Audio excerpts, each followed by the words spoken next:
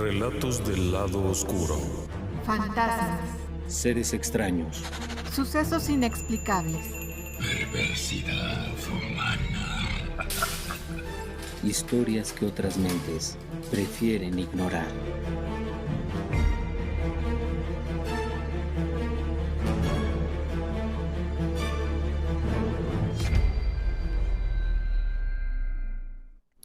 Hay quienes les llaman reptilianos, hay quienes les llaman reptiloides, hay quienes les llaman humanoides de algún tipo.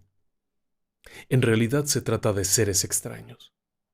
Pero a lo largo de la historia hay cientos de casos de avistamientos de criaturas que parecerían tener algunas características de los seres humanos, como por ejemplo ser bípedos, caminar erguidos, inclusive tener algún comportamiento inusual, como por ejemplo andar en dos patas.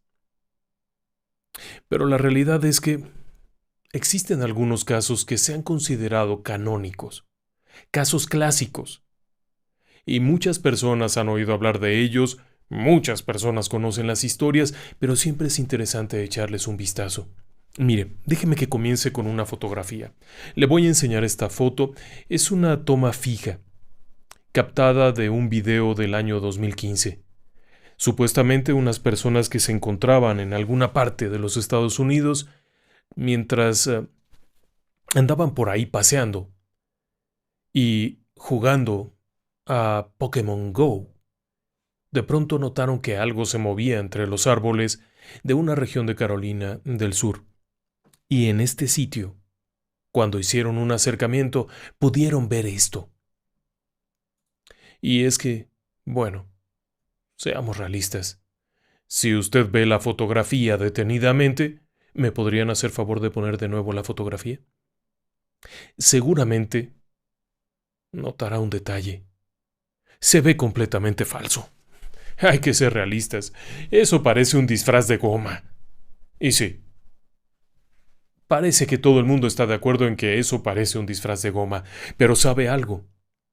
Aun cuando esta fotografía sea un verdadero fraude y algo muy burdo, en ese sitio existe una historia increíble. De hecho, la fotografía es parte de un disfraz. La persona que estaba utilizando el disfraz lo usa regularmente para hacer presentaciones en comercios de una población muy particular. Y le estoy hablando de un lugar conocido como Bishopville. Bishopville es una comunidad muy norteamericana, muy clásica, del condado Lee, en Carolina del Sur, zona confederada, zona de plantaciones, zona de pantanos. Este sitio, Bishopville, que en el año 2000 tenía 3.600 habitantes, según su censo de población, es decir, una población bastante reducida, con un elevado número de afrodescendientes, producto de plantaciones con personas esclavas. Este sitio, dentro de sus muchas historias, algunas de ellas bastante macabras, tiene una historia muy peculiar.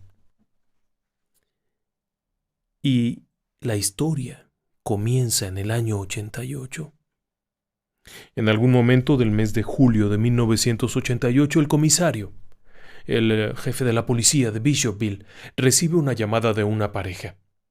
Es una pareja que vive cerca de un camino conocido como Browntown Road, que se encuentra justamente pegado a un pantano conocido como Scape Ore. El pantano Scape Ore es una zona de mucha vegetación, es una zona, ¿cómo decirle?, complicada, llena de bichos. Y de pronto aquellas personas llaman a la comisaría para reportar que su auto está dañado. Realmente el comisario debe de haber levantado una ceja preguntándose a qué se refieren. Aquellas personas continúan. Algo rasguñó nuestro automóvil, algo lo mordisqueó, algo le arrancó pedazos, algo le ha hecho agujeros en el techo. ¿Cómo que algo? ¿Un oso? No, la zona no es una zona de osos, es una zona pantanosa, un cocodrilo. No, no fue un cocodrilo. Bueno, ¿de qué rayos están hablando? Es que una criatura desconocida anoche dañó nuestro auto. ¿Cómo? El comisario debe de haberse rascado el pelo 2 o 3 veces, le debe de haber dado un sorbo a su café, tratando de entender de qué hablaba esta gente. Cuando de pronto uno de ellos, que se escuchan las dos voces al teléfono quitándose la palabra, le dice que por la noche oyeron ruidos afuera de su casa, precisamente a las afueras, cerca del pantano, Skateboard. Él se levanta a ver de qué se trata y al encender las luces exteriores puede ver una criatura, un monstruo, que se aleja rápidamente en dirección al pantano. Cuando sale a ver qué pasó, observa el auto todo dañado. Esperaron un rato a que se les pasara el susto para llamar a la policía. Cuando el comisario llega al lugar, efectivamente el auto tiene un montón de rasguños y algunas marcas profundas, como si algo, con 3 dedos, se hubiese clavado y hubiera hecho este movimiento. Aquellas personas estaban muy nerviosas, y si bien el comisario preguntó varias veces a qué se refiere cuando dijo una criatura, la realidad es que no era la primera vez que lo escuchaba. Trataba de pensar en otra cosa, trataba de imaginarse que aquello no era real, porque 2 semanas antes, un chico había llamado desesperado pidiendo ayuda. Y eso había ocurrido, más o menos a principios de julio, cuando Chris Davis, un joven de 17 años, regresaba de su trabajo. Este muchacho, que labora en un restaurante, es empleado en un restaurante de cadena, trabaja lejos de la ciudad, en otra población, y ese día en particular había salido de trabajar muy tarde. Se dirige de regreso hacia su casa en Bishopville, precisamente en el camino aquel, Brown Town Road, a orillas del pantano Skateboard. 2 semanas antes del reporte de aquellas personas, este chico de 17 años vivió algo extraño, como le decía. Venía regresando de trabajar a bordo de su automóvil cuando de pronto escuchó el siseo clásico de un neumático que se acababa de pinchar. Escuchó el siseo y el movimiento del coche, detuvo la marcha, bajó y efectivamente uno de los neumáticos estaba ponchado, desinflado. Así es que sin pensarlo mucho y para agilizar el trote, abre la cajuela, el baúl, y saca el repuesto, sus herramientas y se pone a cambiar aquello. Después de un rato ha puesto el neumático nuevo, el que traía en la cajuela, y con ello recoge sus cosas, coloca el neumático pinchado, coloca el gato, que es el aparato para subir la llanta, cierra la tapa del baúl o de la cajuela y en ese momento escucha los pasos de algo que se acerca relativamente rápido. Chris Davis, que por cierto viene saliendo de trabajar y está perfectamente sobrio, no está lloviendo y conoce la ruta. Cuando cierra aquello, escucha los pasos fuertes, pesados venir hacia él, se da la vuelta y ¡oh, sorpresa! Frente a él hay una cosa enorme que viene corriendo. Es un bicho de por lo menos 2 metros con 10, 2 metros con 20, es muy grande, muy fuerte, y viene corriendo hacia él. Él puede distinguir con la claridad de la luna que aquella cosa no es un humano, es una especie de lagarto grande, y tiene una coloración extraña como verdiosa. Obviamente, Chris Davis siente pánico, y si bien los primeros segundos se queda paralizado, muy pronto alcanza a comenzar a correr. Y es en un lugar muy particular del pantano. Es una zona en la que hay vegetación cerrada, hay una especie de charcas. Y es ahí en donde de pronto, ¡pah!, se aparece esta cosa. En medio de aquella vegetación va saliendo de las aguas. Chris, después de darse cuenta que eso viene directo hacia él, decide montar en el auto, encender el motor y comenzar a acelerar. Su viejo automóvil se sacude un poco y comienza a avanzar, pero antes de que se dé cuenta, aquella cosa viene corriendo junto a él a unas 40 millas por hora. Chris intenta acelerar un poco más, pero aquello no parece tener las intenciones de dejarlo ir, por lo que brinca y se le trepa en el toldo. Y en el toldo del automóvil comienza a sujetarse mientras que Chris intenta maniobrar de alguna forma, acelerar, continuar, y de pronto Cuando se da cuenta que no puede evadir esta criatura, se frena abruptamente y la cosa aquella sale volando hacia el frente. Con las luces del automóvil ahora directamente enfrente de esta criatura, puede distinguir ciertos rasgos, con una especie de cosas como pequeños cuernos en la cabeza y una piel, como si fuese un lagarto, escamosa, una larga y muy fuerte cola. La criatura, al tener las luces de frente, probablemente, deslumbrado por la intensidad de las luces, prefiere escapar en dirección al pantano, no sin antes haber dejado sobre el toldo del automóvil de Chris Davis profundas heridas, unas marcas largas, y haber mordisqueado el parachoques. También arrancó el espejo del lado derecho del conductor. La criatura era grande, fuerte, extraordinariamente fuerte y con unas piernas muy ágiles. Era tridáctilo. 3 dedos grandes y una especie de uña. Estaba terminado en una garra, con lo que arañó. El asunto aquí es que todavía no podía componerse de aquello. Cuando decide llamar al comisario, el comisario en un principio no le cree, pero al ver al muchacho temblando del susto, al ver que no puede articular las palabras del espanto, comienza a creer que vio algo. Pasan los días, 2 semanas para ser exactos, y es cuando ocurre el segundo reporte, el de aquellas personas que le hablaron al comisario para decirle: «Un monstruo dañó mi coche». Los agentes de policía fueron a revisar la zona, encontraron por ahí unas marcas, tomaron moldes de yeso. En su momento hubo poca gente que creyera realmente que eso era cierto, que hubiese un monstruo en el pantano. Hubo todo tipo de teorías, desde que estaban ebrios, que habría sido un coyote, un animal de ese estilo, un lagarto. También hubo quien aseguró que todo era un ardid promocional. Sí, que no existía tal cosa como el monstruo del que hablaban, sino que había sido inventado para atraer el turismo. No sé exactamente si alguien quisiera ir a Bishopville solamente para ver un monstruo que, por cierto, en las 2 ocasiones aparecía de madrugada. Pero el comisario respondió diciendo que definitivamente habían visto algo, y que las huellas, si bien mucha gente dijo que eran falsas y hubo muchas opiniones, las huellas fueron tomadas en el lugar donde se perdía el rastro, internándose en las aguas del pantano, un sitio en el que, por cierto, no hay mucha gente que vaya a visitar ni a investigar. Y entonces salió el siguiente reporte. Este reporte fue todavía más contradictorio.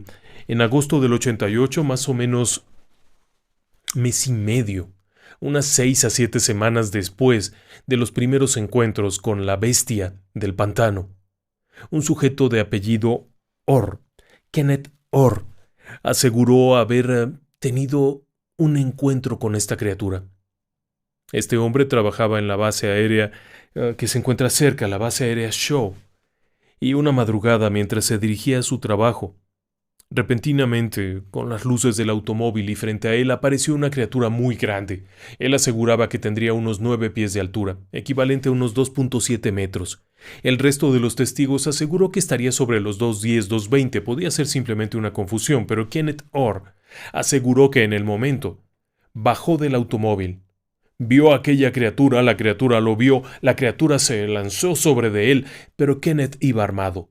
Desenfundó su arma y disparó contra la criatura, lesionándola en el cuello. Pudo ver claramente la lesión y aquella criatura comenzó a correr. Kenneth lo siguió disparando. Increíble, los seres humanos somos muy destructivos, pero bueno, como sea. Aquello se pierde en medio del pantano y escapa. Kenneth alcanza a recoger del piso unas extrañas escamas y después, con un pañuelo, una mancha de sangre que estaba sobre el pavimento la limpia para conservar aquello y luego va a la comisaría, en donde declara todo esto. ¿Pero por qué le decía que la historia de Kenneth Orr resultó nociva para este caso? Y es que, un par de días después, Kenneth Orr declararía que todo era falso, que había mentido, que había engañado a las autoridades simplemente para que hubiera publicidad y para que la historia no desapareciera. Quería que la gente siguiera creyendo que existía un monstruo en aquellas regiones. Se le sancionó por portar una pistola sin el permiso, se le sancionó por engañar a la policía y enfrentó algunos cargos menores. La gran pregunta es, ¿en qué cabeza, en qué sano juicio de una persona se le ocurre declarar semejante bobada? ¿Por qué lo haría? Él aseguró que para que la historia siguiera no tenía sentido y quiere que le diga algo. No tenía sentido porque este era un empleado de gobierno, de una base aérea. ¿Le suena a que alguien le dijo, niega todo lo que dijiste, miente y declara que no viste nada y que todo te lo inventaste? Muchos de los investigadores de la criptozoología creen que Kenneth Orr se vio forzado a retractarse de lo dicho ante la posibilidad de ser sancionado en su trabajo. Una persona que trabaja para el gobierno en una planta de alta seguridad, en una instalación de alta seguridad, no puede ir por la vida diciendo, me encontré un monstruo en la carretera y le disparé. No podría, aunque fuera cierto, no podría. Así es que muchos apuntan a que estaba mintiendo. Pero esto generó mucha desconfianza, por supuesto. Y después de aquel incidente, la gente comenzó a tener ciertas reservas. Pero eso no significó que fuera el final de la historia. No, por supuesto que no. Durante los días siguientes, numerosas personas fueron testigos nuevamente. Por ejemplo, el caso de Frank Mitchell, un fumigador. Frank Mitchell es un hombre que vuela un avioncito para fumigar campos. Una mañana, con plena luz, en toda la claridad que se puede imaginar, este sujeto monta en su avioncito y comienza a rodar para ir al extremo de una pista. La pista se encuentra muy cerca del Escape Orr. Es un pastizal, realmente no es una pista de un aeropuerto, sino una pista de pasto verde. Este sujeto llega a aquel lugar, comienza a acelerar para iniciar el despegue cuando de pronto frente a él aparece la criatura, en pleno, completa, de cuerpo entero, a plena luz del día, corriendo cruza cuando escucha el ruido del avión, se va para allá y se mete al agua y se pierde. A pesar de que Kenneth tuvo que despegar, alcanzó a ver claramente. Y es que ya iba muy rápido, no podía detenerse. Levanta el vuelo y alcanza a ver aquella cosa ahí. Pero después la ve como se sumerge y se va. Kenneth no tenía ninguna necesidad de mentir. Era una persona que tenía su oficio y punto, vio algo. Pero el caso de Dixie, este es todavía más interesante. Dixie Rawson. Dixie Rawson y su esposo viven en las afueras de la ciudad de Bishopville, muy cerca del pantano. Una noche escucharon ruidos raros. No prestaron mucha atención, hay que ser realistas. Los ruidos venían de afuera de la casa, podía ser cualquier cosa. Por la mañana temprano, Dixie, como siempre, se levanta, ya con luz de día, para llamar a sus gatos. Afuera de la casa había numerosos gatos. Pero los gatos no aparecen por ninguna parte. Así es que sale un poco más llamando a los gatos, haciéndoles bichito, bichito, viendo a ver si vienen, no sé cuánto, que tú que yo.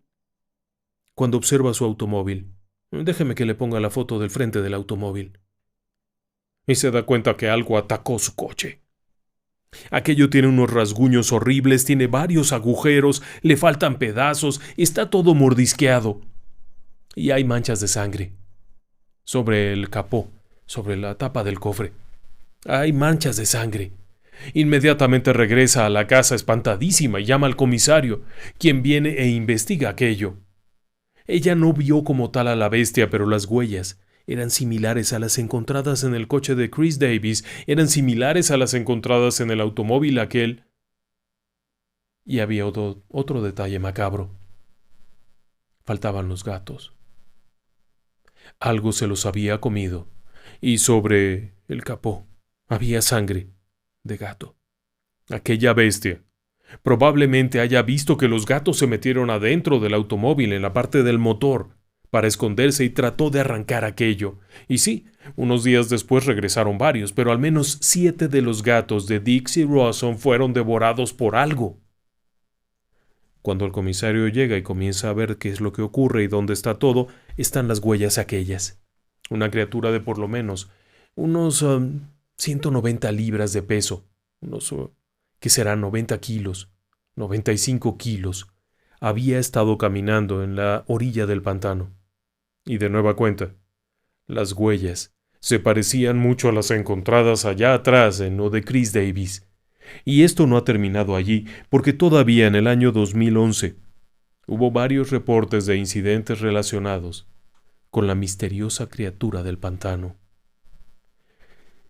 Pero si usted pensaba que esto es lo único de lo que vamos a platicar, se equivoca, porque la historia del hombre del pantano, o de el hombre lagarto, como le llaman también, tiene otras vertientes. Me permite que vaya brevemente a un intermedio por un tema técnico y regresamos enseguida.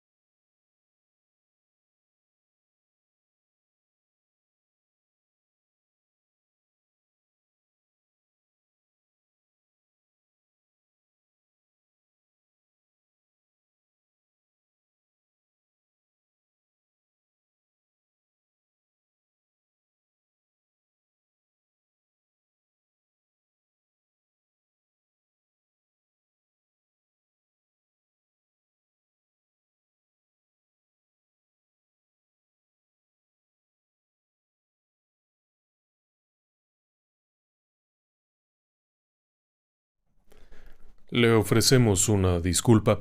Tuvimos un pequeño contratiempo. Paréceme que algún detalle por ahí hubo que corregir. Pero ya estamos de regreso. Y si bien el primer caso del que le platiqué, el de la bestia del pantano, el hombre lagarto del pantano Escape Ore, pareciera ser un caso de Scooby-Doo. Sí, de aquellos chicos que iban en una camioneta tratando de resolver misterios y que siempre encontraban a alguien con una cabeza de goma, fingiendo ser un monstruo. En ese caso había muchas evidencias de que había un bicho raro por ahí. Algunos teóricos afirmaban que podría tratarse de un reptiloide, es decir, una criatura remanente de una época muy antigua, que siguió con su proceso de evolución. Y así, como algunos mamíferos evolucionaron de mamíferos cuadrúpedos hasta convertirse en bípedos, aquello podría haber sido. Es una teoría un tanto loca. Sin embargo, no es la única historia que hay. El hombre lagarto tiene un compadre muy cercano, que es el hombre rana. El hombre rana de Loveland, en Ohio. Es una población que se encuentra en el condado Clermont. Y es una ciudad más o menos grande, tiene unos 12,000 habitantes. Y como muchas otras ciudades americanas, es algo muy bonito. Son ciudades muy cuidadas, poblaciones muy cuidadas. En este caso, Loveland, en los años 50 era una ciudad muy próspera. Muchos comerciantes viajaban desde Cincinnati y de otras ciudades grandes pasaban pueblo por pueblo y por supuesto Loveland era uno de esos lugares favoritos para vender desde aspiradoras, de puerta en puerta, hasta enciclopedias. Y ese fue el caso de un sujeto de nombre Robert Honeycutt. Honeycutt, vendedor, empresario, comerciante, de puerta en puerta, viajaba en su automóvil por un sitio a orillas del río Little Miami. Es un lugar muy bonito, un pequeño camino, con un río al lado, árboles, muy agradable. Eso ocurrió en mayo de 1955. Honeycutt viajaba por este camino a eso de las 3:30 de la mañana. Iba de regreso hacia Loveland, después de haber estado visitando varias poblaciones, cuando al dar la vuelta en una curva, se llevó una sorpresa enorme. Con las luces del automóvil pudo ver a 3 sujetos. No eran muy grandes. A diferencia del hombre lagarto de Escape Orr, estos 3 individuos eran más bien bajitos, 1,20 m a 1,40 m. Las luces del automóvil los iluminaron, y aquellas criaturas se dieron cuenta y comenzaron a moverse, permitiendo ver claramente una especie de piel lustrosa, muy lustrosa, como aceitosa, brillante, de un color más o menos verde. Eran musculosos pero al mismo tiempo bajos, un poco encorvados, y tenían la cabeza parecida a la de una rana. No tenían cola, y se movían en 2 patas. Uno de ellos llevaba una especie de varita, como una varita, y soltaba algunas chispas. Era algo muy raro. En el momento en el que se dan cuenta que aquel sujeto está viéndolos, se espantan, saltan el guardavía, el riel que estaba a un lado de la carretera, y se introducen a la vegetación y se pierden. Es una zona en donde hay mucha agua. Se pierden. Este hombre, espantado, reporta esto al llegar a casa y posteriormente hace un dibujo. El dibujo que ahora le hemos presentado, en donde aparecían aquellas 3 criaturas que para muchos hoy en día parecerían ser una especie de mezcla entre rana, tortuga ninja o algo parecido. El hecho es que Robert Honeycutt entró en pánico y se asustó mucho. Las criaturas no lo agredieron. A diferencia de la criatura de el pantano Escape Orr, que es muy agresiva. En este caso, la criatura de esta zona de Loveland no lo es. Estas 3 criaturas se perdieron rápido en el agua. El incidente quedó ahí. Y habría quedado simplemente como una nota chusca. Apareció por ahí en algún periódico, un detallito, pero se perdió muy rápido en el tiempo. De hecho, el primer avistamiento casi no fue conocido. Ahora déjeme que lo lleve a 1972. En el año de 1972 hubo otro incidente muy interesante. Y es muy interesante porque Roy Shockley era un agente de policía. Uno de los miembros de la policía local que se encontraba patrullando alrededor de la 1 de la mañana, precisamente muy cerca de donde había sido el primer avistamiento, aquel avistamiento de Robert Honeycutt. Pero es 1972, han pasado 17 años. Ya prácticamente nadie se acuerda de aquella locura de la rana o de las ranas humanas. Cuando de pronto el oficial Shockey se da cuenta que frente a él hay una de estas criaturas. Ha venido manejando durante algún rato y cuando da la vuelta, en una de las curvas del camino frente a él aparece una criatura, parada. Y obviamente no es un lagarto o algo parecido, es un humanoide. No tiene cola. Está más bien más cercano a una rana que a un lagarto. Está parado ahí, lo puede ver, el color es verdioso, los ojos son rojizos, puede ver este brillo en la piel como si fuese la piel de una rana. Está parada ahí. Shoki se detiene en seco para ver de qué se trata, pero antes de que pueda hacer nada, esta criatura salta y se pierde inmediatamente metiéndose a la vegetación. Al día siguiente, cuando regresan ya con luz de día, hay unas marcas raras en el piso. Hay quienes insisten en que eran huellas de otra cosa, algún bromista, no lo sé, pero como sea, había unas huellas en el piso. El oficial Shoki hizo su reporte, pero no quería ahondar mucho más. A diferencia de los casos allá en el pantano Skateboard, en donde hubo mucho alboroto, en este caso el oficial prefería mantenerlo discreto. Presentó su reporte. Y entonces ocurrió lo otro. 2 semanas después, otro de los oficiales de la policía se acerca para reportar un incidente parecido. Este hombre, Mark Matthews, aseguró que más o menos a las 2 de la mañana y manejando por esa misma zona, de pronto vio algo tirado en el piso, en la carretera, como si fuera un animal muerto. Detiene la marcha para ver de qué se trata y, en su caso, apartarlo del camino para evitar un accidente. Matthews deja las luces encendidas del automóvil, el faro buscador de la patrulla, y comienza a caminar en dirección a la criatura que de entrada no le parece familiar. No sabe qué es. Con las luces puede ver que brilla la piel como la de una rana. Que es su amigo. Y piensa, debe de ser lo mismo. Lo está viendo y aquella cosa de pronto se mueve, se incorpora y empieza a caminar. Y por supuesto el oficial Matthews desenfunda su arma y le mete 2 tiros. Pero aquella cosa alcanza a escapar. Huye en dirección hacia la parte de vegetación donde está el agua y se pierde. Hay una versión que asegura que el oficial Matthews sí capturó a la criatura y que en realidad era una iguana grande, un lagarto grande, y que lo había matado. Pero además había una peculiaridad, y es que no tenía cola. Esa es una de las versiones. Tras haber hecho sus declaraciones de que disparó y todo esto, la realidad es que Matthews no dijo nada de que hubiese capturado al bicho aquel. Y posteriormente se retractó de lo dicho, asegurando que lo que había visto era una iguana o un lagarto grande que había cruzado, no una criatura de 1,40 m erguida. Pero era raro, porque en un primer momento aseguró que aquello era igualito a lo que había dicho su amigo Shoki. Y también incluyó por ahí una declaración en donde había dicho que Shoki había visto el cadáver de aquella cosa y había dicho, sí, ese es. El oficial Matthews se contradijo varias veces, y es que enfrentaba varios problemas. El primero, el hecho de desenfundar y disparar a un animal silvestre sin ton ni son que no te está atacando. Para 1972 no era un delito, pero era muy mal visto. Pero además de eso, un oficial de policía respetable, viendo lagartos y ranas gigantes caminando, haya retractado. Al igual que pasó con lo de Kenneth Orr, que terminó diciendo no, yo no vi nada, todo lo inventé. En el caso de Matthews, siempre ha quedado la duda. ¿Le dio vergüenza aceptar que había visto un críptido? ¿Una criatura que por lógica no podía existir?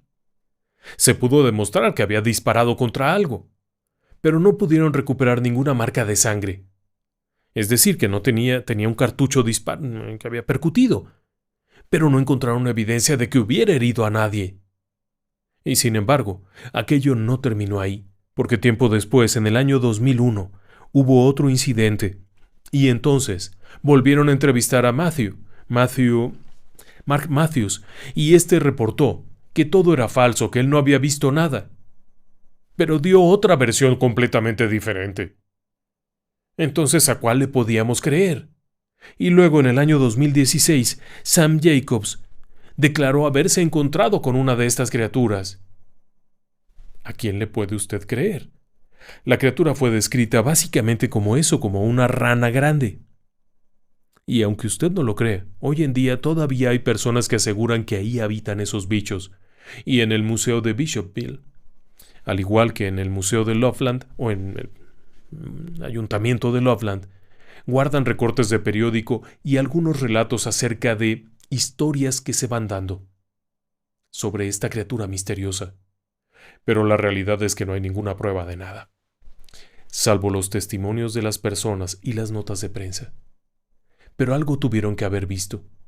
Hoy en día aquello sigue siendo una población típica norteamericana del estado de Ohio, cerca de Cincinnati, la gran ciudad, pero sigue conservando su sabor a población pequeña. Y si usted se acerca a las orillas, cerca del río Little Miami, y pregunta en los comercios, le van a vender una camiseta o algo. Y de nueva cuenta hay quienes aseguran que todo esto se inventó para atraer turismo. Pero en este caso, Honeycutt no vendió la historia, el oficial que fue testigo no vendió la historia.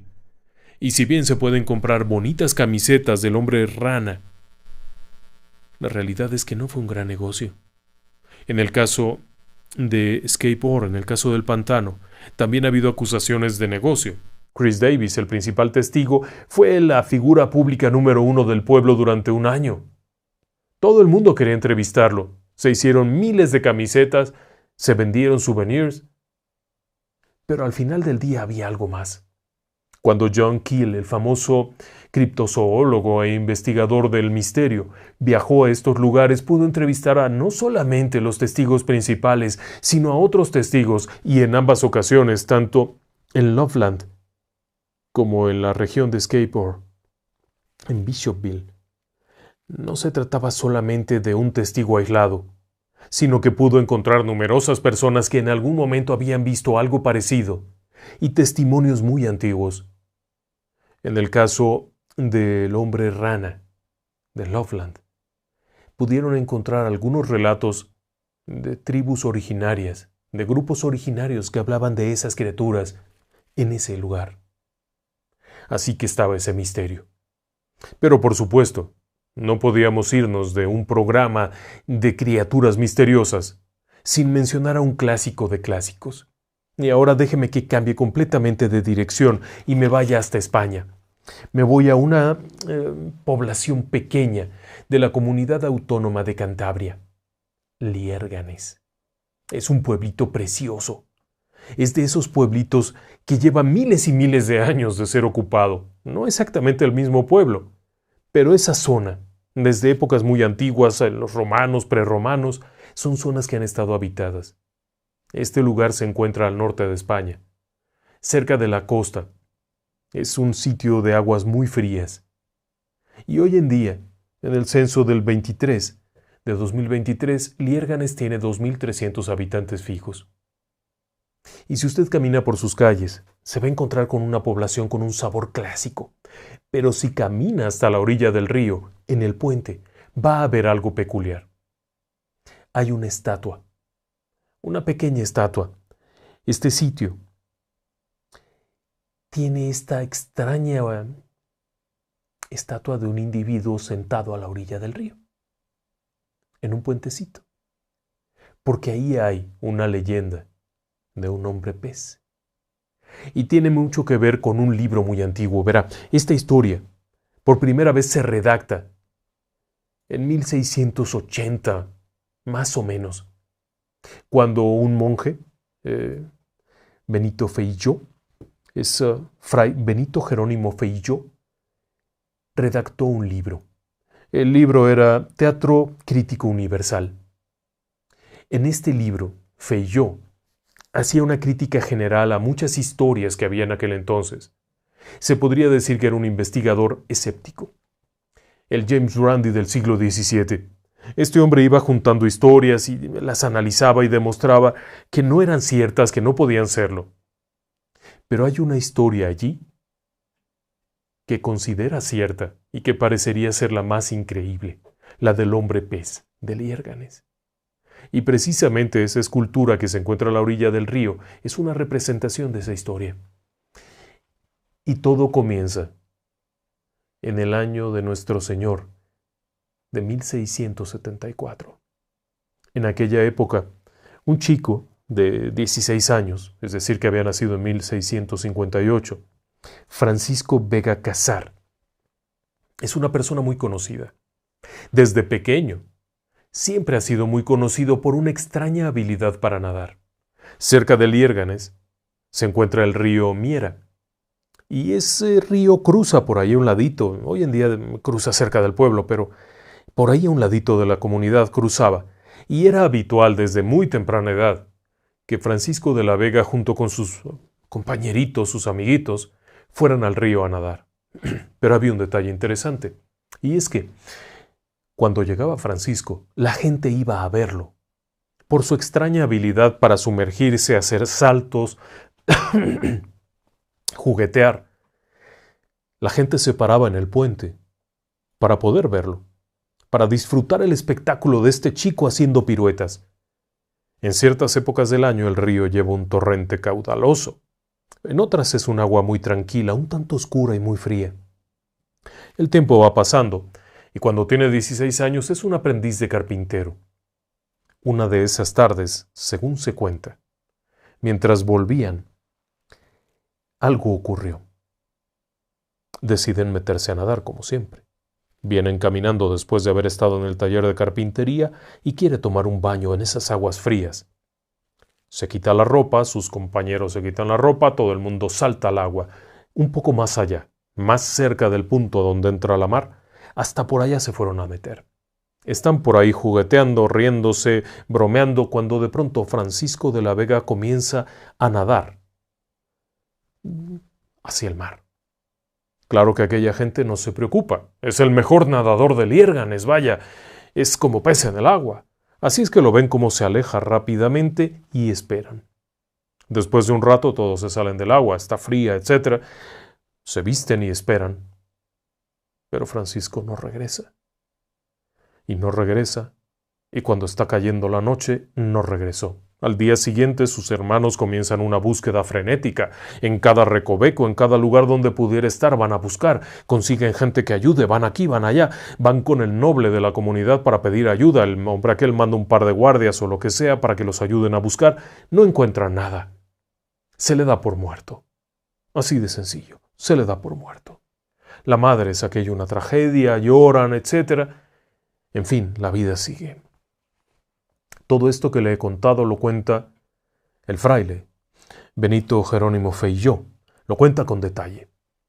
El asunto está en que, lejos de allí, y 5 años después, en Cádiz, al otro extremo de España, al sur, completamente, cerca del paso para Gibraltar, hay unos pescadores que han visto algo raro. En la bahía de Cádiz, han salido a pescar y han visto un bicho que se mueve allá abajo muy raro. Uno de ellos ha dicho que parece una persona, que parece un hombre que estuviera nadando ahí.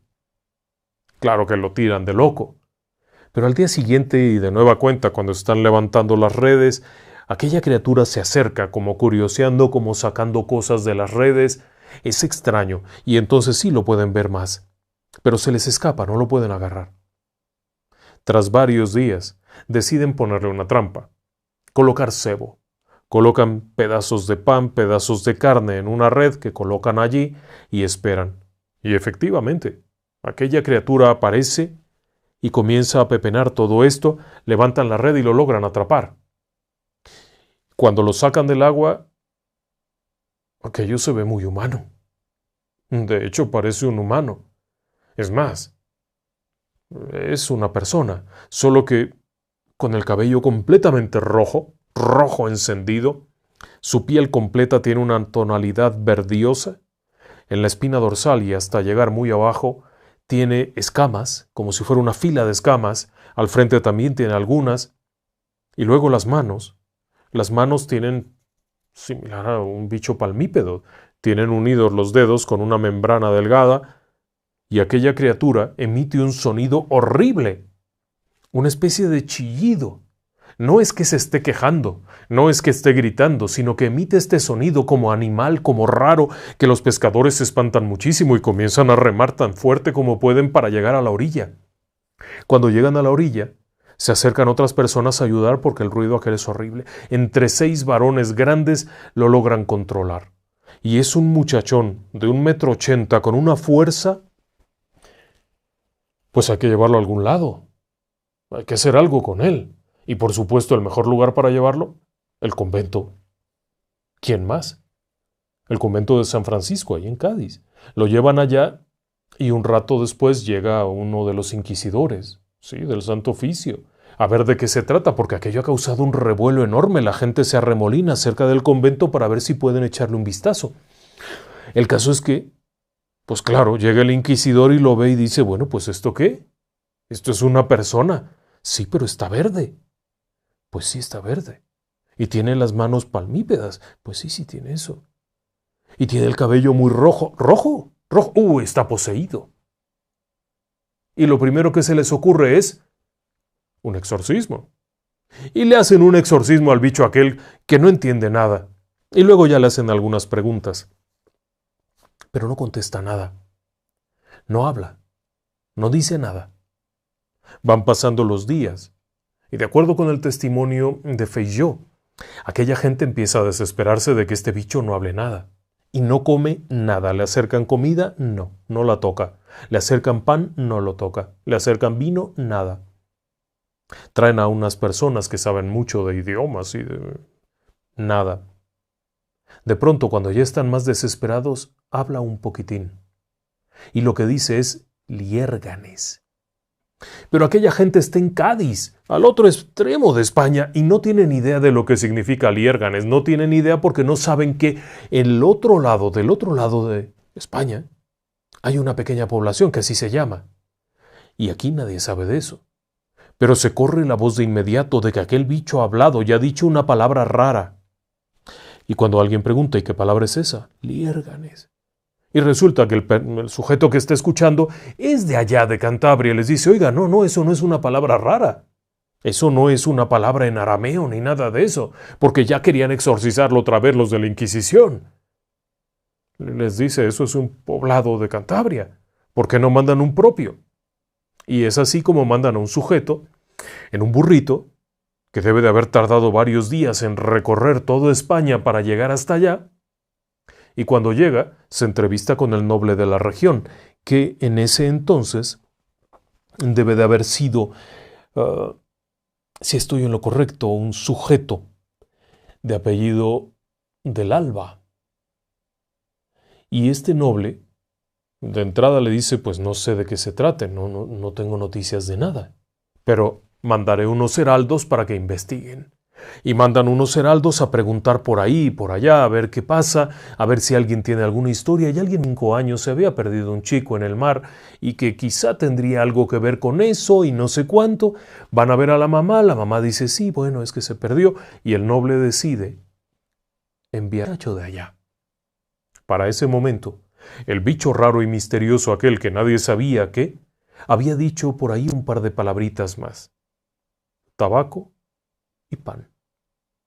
No parecían tener sentido, porque cuando le trajeron pan no lo tocó, y cuando le trajeron tabaco ni siquiera se le acercó. Deciden mandarlo para allá.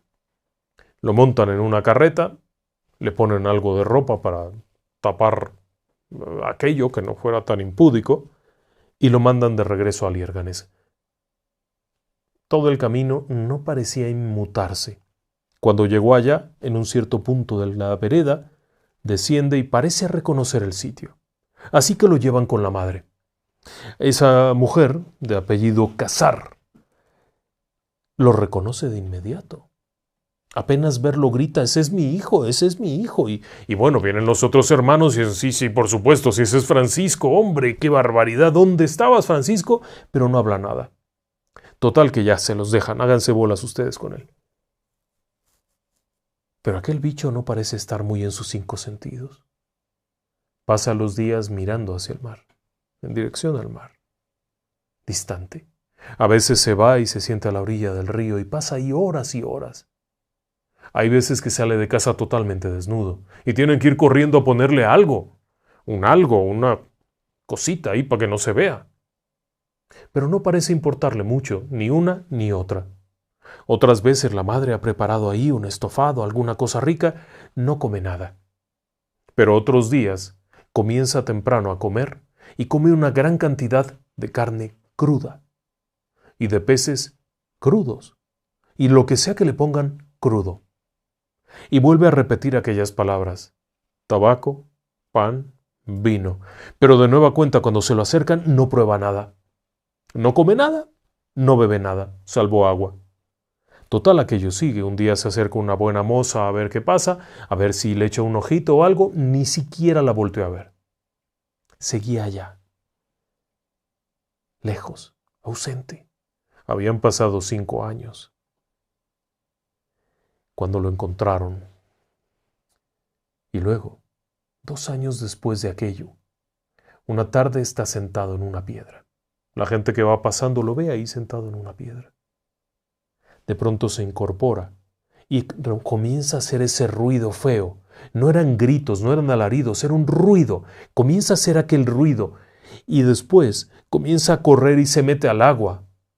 La gente aquella se le queda viendo y dice, no, otra vez, y van detrás de él, pero antes de que puedan siquiera acercarse, es tal la velocidad con la que nada que se pierde.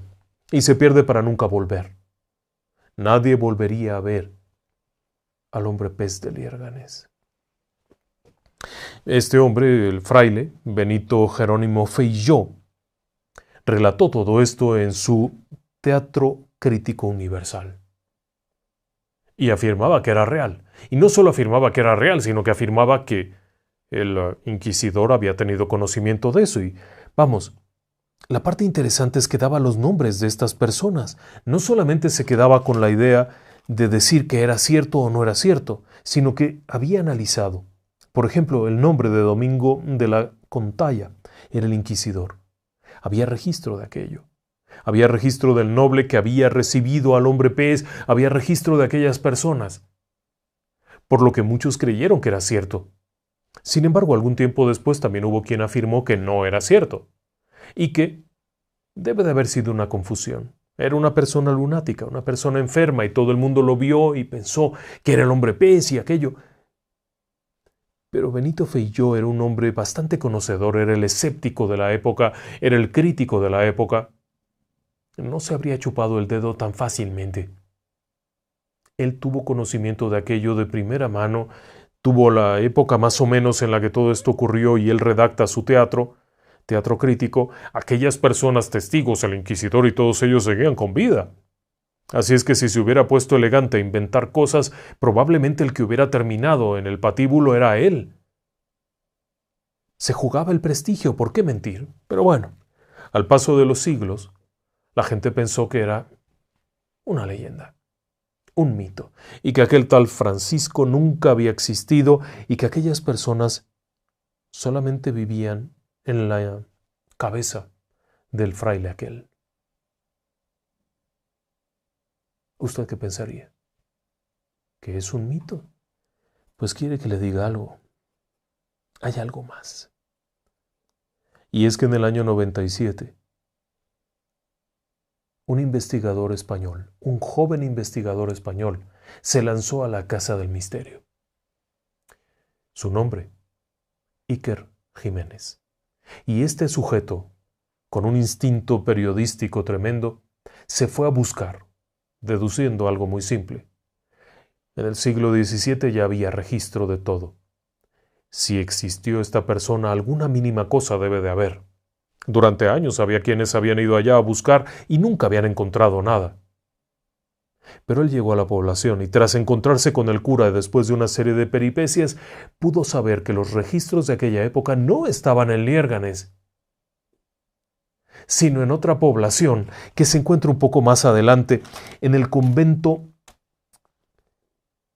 un convento de Santillana del Mar, no recuerdo ahora el dato exacto, pero es en Santillana del Mar, que es otra población cántabra, y al llegar allá, tras varias horas de búsqueda, encontró la partida de nacimiento de aquel sujeto, indicando claramente el nombre, los apellidos, el padre y la madre, tal como lo había dicho Jerónimo Feijó mucho tiempo atrás. Y no solo eso, sino que encontró otra nota bien interesante. Esa otra nota interesante lo que era una partida de defunción. Y usted pensará, hombre, pues si se murió quiere decir que... No. En ausencia. De acuerdo con los cánones de la época, si alguien había fallecido o había desaparecido, vamos a decirlo de esa forma, y pasaba mucho tiempo, se hacía una partida de defunción en ausencia, presumiendo que la persona había muerto. Y resulta que también estaba la partida de defunción, escrita 100 años después, asegurando que Había muerto en algún momento de causas naturales, pero sin saber cómo. Puesto que habían pasado 100 años, se suponía que había muerto. En consecuencia, en 1997 Iker Jiménez demostró, por lo menos, que existió. Y segundo, en la nota de defunción se mencionaba hombre pez. Así es que la historia podía parecer tan fantástica como uno quisiera. Pero había algo real, algo anotado, y testimonios como el del inquisidor, que difícilmente iba a darse el lujo de contar una historia fantástica, eran reales. Así que, resumiendo el tema, y ya que estamos hablando de criaturas extrañas, el hombre lagarto, allá en Escape Ore, sí, ciertamente se vendieron miles de camisetas. Si usted va para allá, puede comprar ahora mismo una. Si usted visita este lugar, Bishopville, seguramente en todos los comercios va a encontrar tazas, camisetas, gorritos, stickers, cosas que pegarle a su auto, que quizá den la idea de que fue un negocio para atraer el turismo. Incluso hace unos pocos años, el gobierno de la localidad emitió una alerta de precaución. Si usted nos visita, tenga cuidado porque el hombre lagarto muerde su auto. Era una broma para atraer al turismo. Pero algo tuvo que haber habido, y en el caso de la rana de Loveland, las explicaciones tampoco fueron convincentes, y el hecho de que aquel otro policía hubiera retractado su declaración posteriormente y se hubiera contradecido cientos de veces contando diferentes cosas, no solo no le quitó la credibilidad a la historia principal, sino que le quitó la credibilidad al testigo. Pero los demás testigos tenían sentido. Así que, al final del día, si usted lo analiza, 3 casos de seres extraños con apariencia humanoide. En el caso particular de España, todo apunta a que era un hombre que sufrió algún tipo de transformación. Pero ¿cómo saberlo? Usted tendrá la mejor opinión. Gracias por haberme acompañado esta noche. Nos escuchamos muy pronto.